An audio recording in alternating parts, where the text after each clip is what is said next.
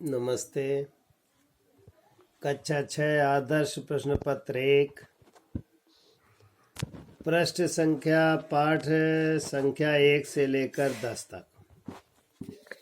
पहला प्रश्न है, बरकत कहाँ से होती है? बरकत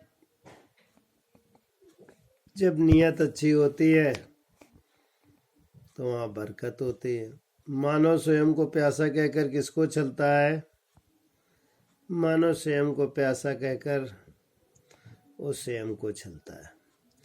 1929 ईस्वी के गोलमेज सम्मेलन में तीसरी महिला प्रतिनिधि कौन थी? 1921 में गोलमेज सम्मेलन में तीसरी महिला डॉक्टर मुत्तुलक्ष्मी थी। इनमें से कौन सा जानवर बिल्ली प्रजाति का है? इनमें से भालू, भेड़िया, ऊंट और शेर। इसमें से जो बिल्ली प्रजाति का है वो भालू पाया जाता है। प्रश्न नंबर 2, एक मामूली किसान ने बादशाह अकबर को कौन सा पाठ पढ़ाया? एक मामूली किसान ने बादशाह अकबर को नियत का पाठ पढ़ाया कि जैसे जिसकी विचारधारा होती है वैसे उसका कार्य चलता है। मुत्तुलक्ष्मी पर्दे वाली गाड़ी में बैठकर पढ़ने क्यों जाती थी? मुत्तुलक्ष्मी पर्दे वाली गाड़ी पर बैठ के इसलिए जाती थी क्योंकि वह गांव अंचल से जुड़ी हुई थी, इसलिए जाया करती थी। लोक कथा के अनुसार कलिकाय प्रपात क्या है? संगीत की ध्रुपद शैली के विकास में किस राजा का विशेष योगदान रहा? गुरुजी को बरामदे में भी नींद क्यों नहीं आई? क्योंकि शरारत की गई थी एक बेटे के द्वारा।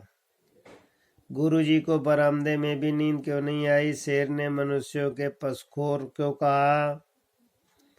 मेघालय राज्य किस पठार पर बसा हुआ है?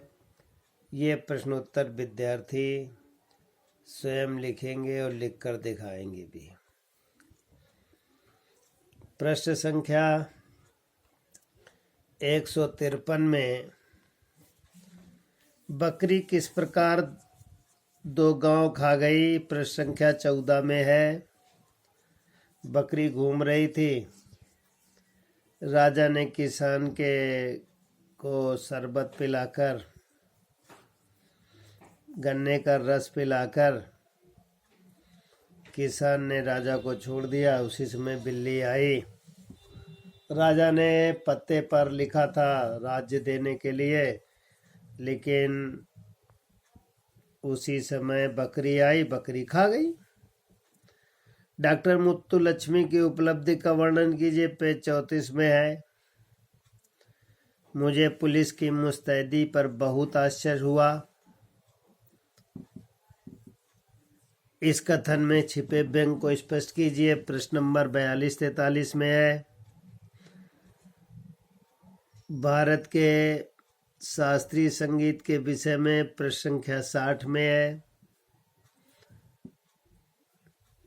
भावार्थ लिखना है। माना पैर नहीं अब बढ़ते और प्यास से प्यार तड़पते। कवि कहता है कि माना अब पैरों में इतनी सामर्थ्य नहीं रही कि आगे बढ़ जाएं, लेकिन जब प्यास चलते हैं, प्यास लगती है, प्यास में प्राण तड़पड़ाते रहते हैं। फूटे पत्थरों से जल जलता, फूटे पत्थरों से जल पड़ता, पर जब होती प्यास प्रबल है। जब व्यक्ति प्यासा होता है, इतना परिश्रम करता है कि पत्थरों से भी पानी निकाल लेता है। अगला है, इसका भावार्थ है। मैंने आज तक हर मुसीबत में इनकी जान बचाई, पर आज मुझ पर बड़ी मुसीबत आई, अपनी अपनी पड़ी है। ये वृक्ष ने अपने मित्रों के बारे में कहा है कि जो ओलों के कारण परेशान हो गए थे, इसके बारे में। ये एकता में बल होती है, उस पाठ से संबंधित है। और दोनों फिर ऐसे बिछुड़े कि बिछुड़ने के बाद दोनों की कायाकल्प ही बदल गई। ये सब विद्यार्थी भावार्थ लिखेंगे और याद भी करेंगे।